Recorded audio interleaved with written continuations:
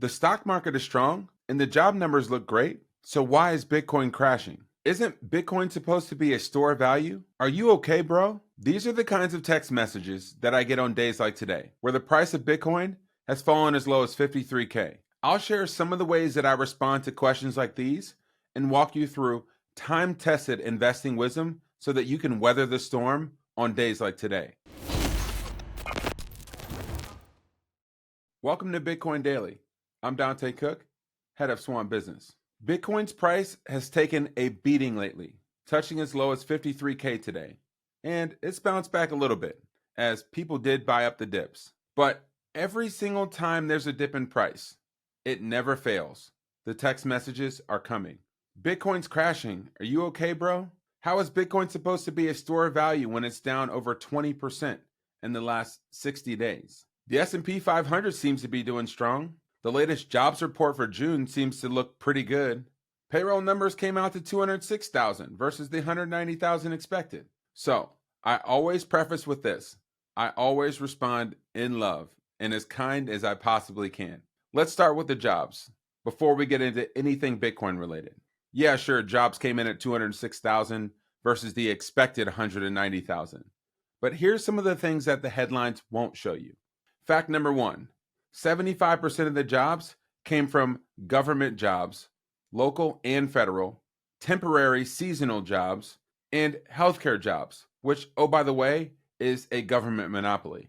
I would lovingly show them that the unemployment rate is just at 4.1%, only because there's 8 million Americans working more than one job.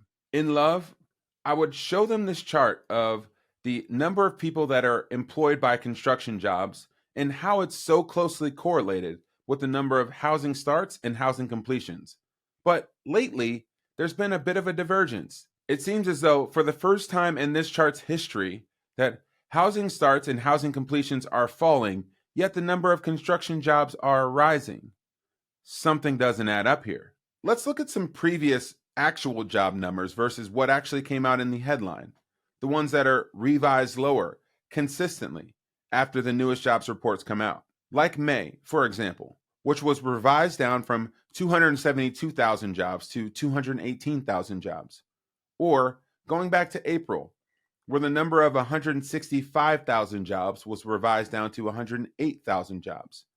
Well below the expected numbers that both of these seem to beat, showing that we had a strong job market. Finally, in love, I would share with them that the number of full-time jobs are down 1.6 million over the past year, but part-time jobs are up 1.8 million over the last year. So is it more people are being employed with good jobs, or actually is the number of jobs being created fabricated by the people that are publishing these reports? I'll let you decide. Let's get on to the Bitcoin stuff.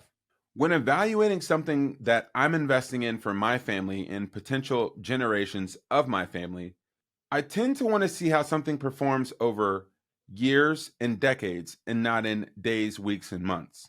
But the haters always seem to come out with a chart that looks at some recent price action, which is why I would typically send them videos like this to show them all the other times when Bitcoin has crashed.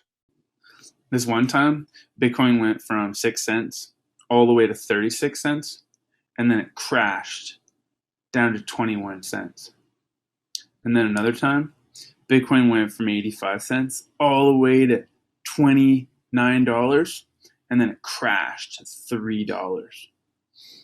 And then another time, Bitcoin went all the way to $213, and then it crashed all the way to $70. And then another time, Bitcoin went all the way to $1,100, and then it crashed all the way to $239.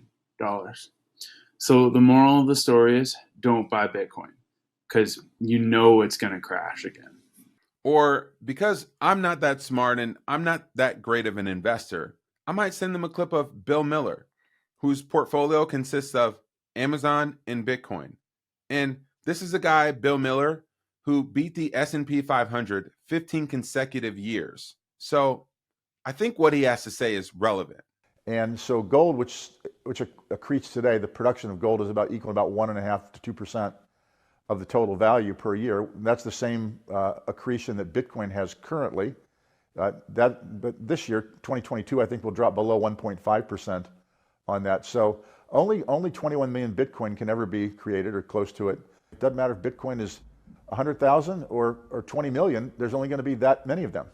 So all you have to really believe is that the demand for Bitcoin will grow faster than 1.5%, over the next number of years, and the price inexorably will go up. So I've only recently been allowing myself to be described as a Bitcoin bull. I used to tell people, they say, "Oh, you're a Bitcoin bull. You own a lot of Bitcoin." I'm like, I do own a lot of it, but I'm actually a Bitcoin observer, and I'm observing its trajectory as a new technology and comparing it to the trajectories of things like the printing press, or the steam engine, or the railroads, or the automobile, or electricity, and it's following that very not predictable, because it's not predictable certainly in the early days, a well understood path for the adoption of new technologies. Or I might send them a chart like this, showing them and reminding them that this is the longest stretch of time, 427 days, that Bitcoin hasn't seen a 25% or more drawdown. This has been, historically speaking, over the last 15 years, one of the lowest volatility periods in the history of the asset class. So is Bitcoin becoming more volatile or less volatile over time? I might send them a chart like this from the federal government themselves on the Fred website, showing them the purchasing power of the dollar since 1900. And then I ask them, has their dollar been a good store of value? Or I show them this chart from Wicked, which reminds them to zoom out to longer time frames. This is the 200-week moving average chart that Bitcoiners, if you're a true Bitcoiner, loves, because it shows that there hasn't been a single week where the 200-week average has not gone up in Bitcoin's history. I would encourage them to look at Bitcoin in this cycle relative to its performance in previous cycles, and to show them just how consistently it actually has performed. Bitcoin is the best investment for the next generation. Bitcoin is digital property, protected by math and encryption, and it is property rights as we move into cyberspace in the new digital 21st century. It's the equivalent of the opportunity that boomers had in real estate, when they were able to buy something for $60,000 that's one day worth $1 million. Listen to what Amy Nixon had to say in her recent conversation on a podcast with Natalie Brunell. She is an economic and housing analyst, and even she doesn't believe that real estate has a good of opportunity as Bitcoin moving forward as you look out over 10, 15, and 20 years. So am I hearing that you are possibly a Bitcoiner? I like Bitcoin. I do like Bitcoin for two reasons, and one of them is the one I just sort of highlighted. I think for young people today, we're looking back at what the boomers had in terms of opportunity, and they had this thing in the 1980s that cost $60,000 that they could buy, and 30 years later, it was worth over $1 million. This house that they bought in California or New Jersey or wherever they bought a home. I don't know anymore that housing, when you look at our long-term demographic picture, like beyond the next 5 years, like to 10 and 20 years out, it doesn't look good for housing when that boomer generation starts to die off. So I don't know that housing is going to be that return yielder that it was for the boomer generation. So then we have to look around and see what other, what thing that exists today that costs $60,000 might be worth $1 million in 2040. And I think Bitcoin is certainly a contender. When you look at its chart history, you look how it's performed, you look in particular how it performs in a high fiscal spending, high government debt environment. I look at it as like a hedge against the fact that the government will print more money and devalue our currency. And if you think that that's going to happen, you want to buy hard assets. If you believe that the government is backed into a corner and it has no other option but to print money or try to debase its way out of its debt problem, then Bitcoin seems like a pretty good investment. But what's your time frame? What's your horizon? What's your investing criteria? As I like to say, Bitcoiners feel drawdowns like everybody else. But like I tell my kids, feelings are meant to be felt, not followed. I'll leave us with 3 nuggets of investing wisdom from investing legend Howard Marks on why Bitcoiners continue to have outsized returns and why you should think like a Bitcoiner when the price dips like it did today. Investment tip number 1 from Howard Marks. The biggest investing errors come not from factors that are informational or analytical, but from those that are psychological. This is why Bitcoiners always talk about terms like stacking and hodling and never selling. In fact, even talking about selling your shares in order to acquire more Bitcoin. And at a company like Swan, we don't even have a sell button in the platform because we're trying to remove our own psychological mistakes that we can make in getting us out of the best risk-adjusted investment opportunity that we have in this generation. Bitcoiners don't panic when the price dips. We stay the course.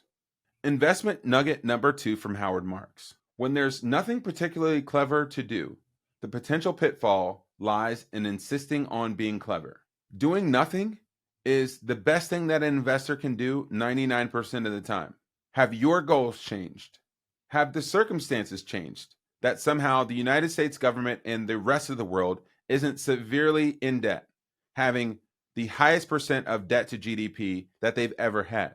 Do we have more trust or less trust between the people and their governments, or more trust or less trust between governments themselves? Do we see the need to have a trustless, decentralized form of monetary policy as different governments try to peg exchange rates in a global economy? Has your time horizon changed? If nothing has changed, then do nothing. Because for me and for many Bitcoiners, all of those things have a resounding no as to whether they changed today when the price dipped to 53K. And here's the 3rd nugget of investing wisdom from Howard Marks. In the world of investing, nothing is as dependable as cycles. Fundamentals, psychology, prices, and returns will rise and fall, presenting opportunities to make mistakes or to profit from the mistakes of others. They are givens. They say that history doesn't repeat, but it rhymes. And if you look at the charts of Bitcoin's historical price performance, you can tell that there's a lot of rhyming going on. Every 3 years, we have up years, followed by a 4th year that's a down year. If you look at the charts of previous past performances, a lot of people have built statistical models, whether it's stock to flow or it's the power law, showing that Bitcoin seems to follow a consistent pattern of returns, of supply and demand, of fear and greed, of how people invest and how people sell around cycles, how the demand for Bitcoin continues to go up as we have more and more cycles. All of these things follow what Howard Marks is talking about. And therefore, we continue to invest. We ignore the noise and focus on the signal. And the signal for me is on mempool.space as to whether Bitcoin continues to produce another block roughly every 10 minutes. That's the barometer for whether or not I'm selling Bitcoin moving forward. Will Bitcoin continue to be, do, and act as it always has? This is nothing to panic from. Rises and falls happen. It's part of the game. This is where you grow and develop the character you need to move forward on your Bitcoin journey. Stay calm and stack on. And with that, we're signing off for the weekend. This is Dante Cook with Swan.com. Happy stacking.